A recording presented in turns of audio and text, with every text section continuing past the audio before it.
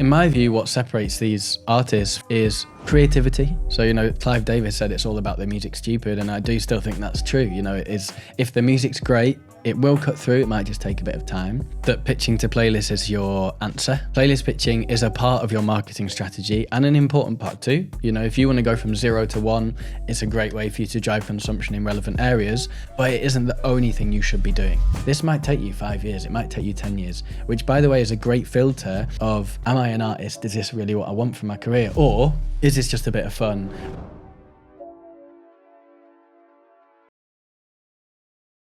I'm Sam, and I have Alex here, not as the interviewer, but in the hot seat. And this little episode is because we've got a lot of questions from our community. Great. So I want to run straight into them. Yeah, let's go.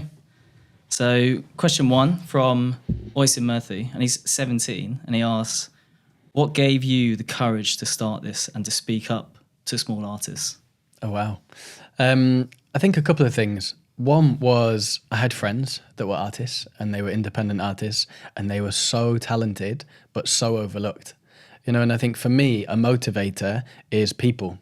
So I'm motivated by people, and typically I'm motivated by the underdog, maybe because sometimes I feel like I'm a bit of an underdog, but I think if I see that there is a community of people out there who should be much bigger than they are, have sustainable careers as artists, I want to do something about that, and I want to change that. And so that then led me on the journey whereby I went from tech to music. I wanted to work in music full time to start to understand a bit more about the industry, to then starting on Hurd, which was the vision now that we have, which is giving every artist a fair chance of success. And that's what we want to do on Hurd. But that's what allowed me to start. It was a people thing, and it was personal too. Yeah, love that. And I love the question from a 17-year-old. I mean, this is one to kind of push you right back. What were you doing at 17? I mean, the way that this guy's thinking is far smarter and more intelligent than I was, I think, at 17. At 17, I was probably outside. I spent a lot of my youth outside playing football or some sort of sport, and really not considering what was next for me in life, to be honest. Amazing. Let's move on to about a question from BECKO Records. What's one belief about music marketing or audience growth that you think is completely wrong, but most artists still follow? That pitching to playlists is your answer. I think playlist pitching is a part of your marketing strategy and an important part too. If you want to go from 0 to 1, it's a great way for you to drive consumption in relevant areas, but it isn't the only thing you should be doing. So I think that's number 1. And number 2 is that rejection is definite. Because I think that what you should do with that rejection is take it on board and go away, improve and come back. Again, we see so many artists who are coming through just pitching to playlists, maybe getting rejected from a playlist and then going, I'm out, I'm done, I don't agree, whatever.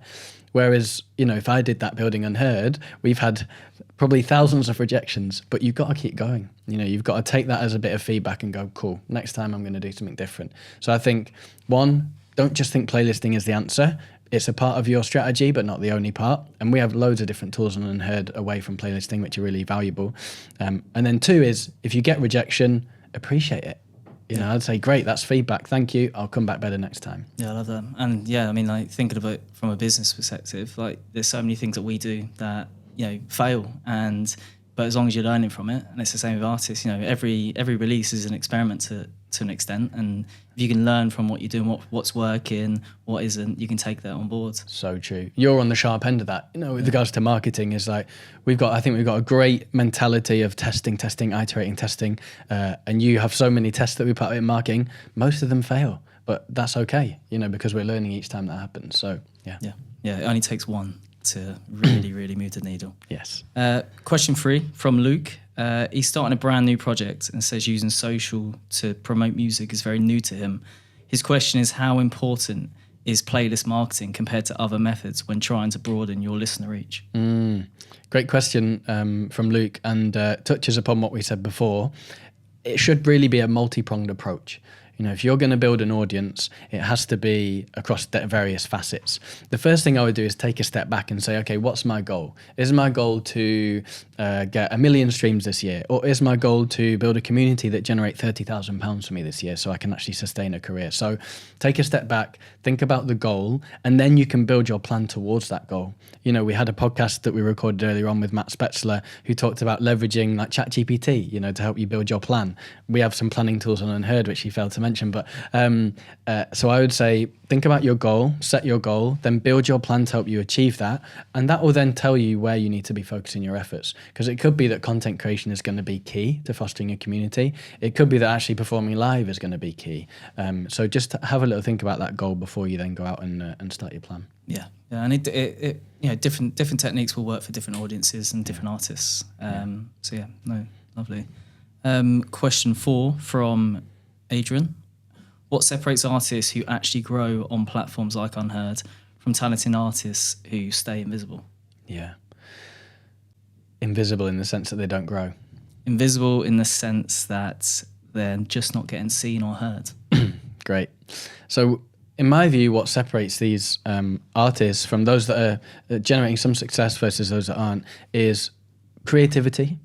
So, you know, Clive Davis said it's all about the music stupid, and I do still think that's true. You know, it is, if the music's great, it will cut through. It might just take a bit of time. So creativity, consistency. So those artists that we see coming back to the platform, they're the ones that see that growth. You know, they're stopping the decay curve because they're releasing consistently and they're building month on month. And then 3 is resilience. You know, I think resilience is really important. We talked about rejection, and, you know, you are going to put music out there early on and no one's going to hear it, or your mum and dad are going to hear it or whatever, you know, and your dog. So, and that's hard to take. You know, it's the same thing with building a business. I can really relate. Is there are times where, you know, you do something and it just falls flat on its face, or you pitch to someone and you think that was a great pitch and they go, that was terrible, we're not interested. So I totally understand that, but the resilience piece is really important, because this might take you 5 years, it might take you 10 years, which, by the way, is a great filter of, am I an artist? Is this really what I want for my career? Or is this just a bit of fun and I sort of want to be an artist because I want to be famous and get free stuff? So yeah, I would say those things: creativity, consistency, and resilience. Is there an artist that pops to mind when you're talking about those 3? Yeah, and it's not one that we have on the platform, but I've had a conversation with their manager a long time ago, and it's Ants Live, and Ants Live just creates great music, great visuals, and he's been doing it now for, you know, a good few years, and he's had like peaks and troughs from what I've seen of his career, but like, he's someone that you can is a great demonstration of what you can achieve if you're creative, if you're consistent, and no doubt if you're resilient. You know, I don't know his story personally, but I'm sure he's had setbacks. So yeah, Ants Live is someone that springs to mind. Lovely. We'll pop them up on the screen and link them in the bio. So let's move on to question 5. This is more about the global perspective. So this is from TheEnough official. They're a producer and visual designer from a developing market. And their question is, for an independent artist in a developing market, what's the most effective data metric to focus on when trying to capture the attention of international labels or creators? That's a really good question. Because I think traditionally it's been the size of your audience and how engaged your audience is. So, for example, if you're in a developing market, and by the way, I don't think where you're based necessarily matters too much in a world where everything is online and you have access to reach people all over the world. But it used to be that, you know, the size of your audience is the key thing that people will look at. How many listeners have you got? How many followers have you got? I would say that's changing slightly now, and it's more about how engaged and your audience is, and also how great your content is. You know, is your content really high quality, and can a brand or a record label see themselves aligning with that?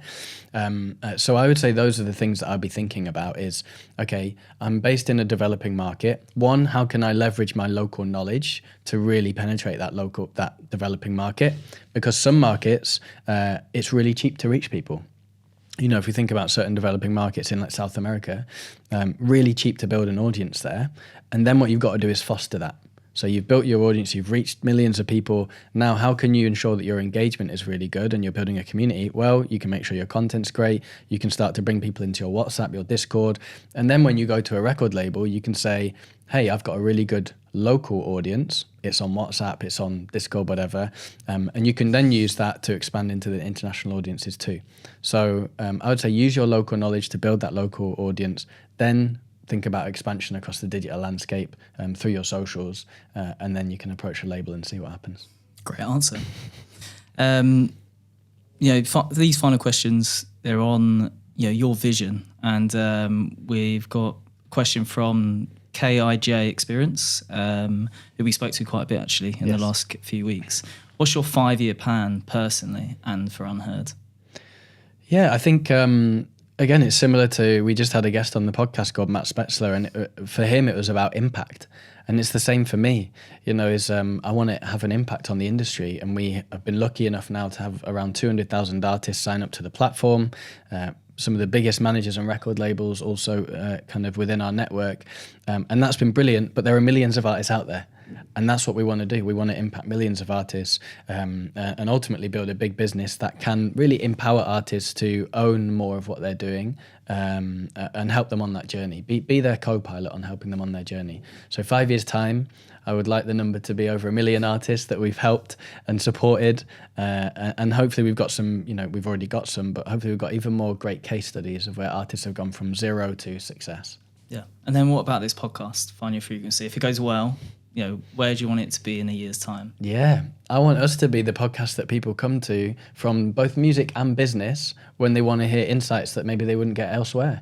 I think we've got a great sort of variety of guests, whether it's like Josh, who is an influencer, millions of followers, Annabelle, Twitch streamer, to performing at Tomorrowland, and then Matt on the business side.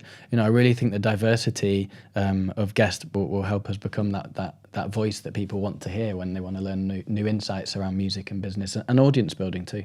Amazing. Well, thanks for your time, and thanks for your questions. If we didn't get to your question this time, we're doing this every month. Add your questions whenever we're asking it on socials or in our newsletter, and we'll get to them as quickly as possible.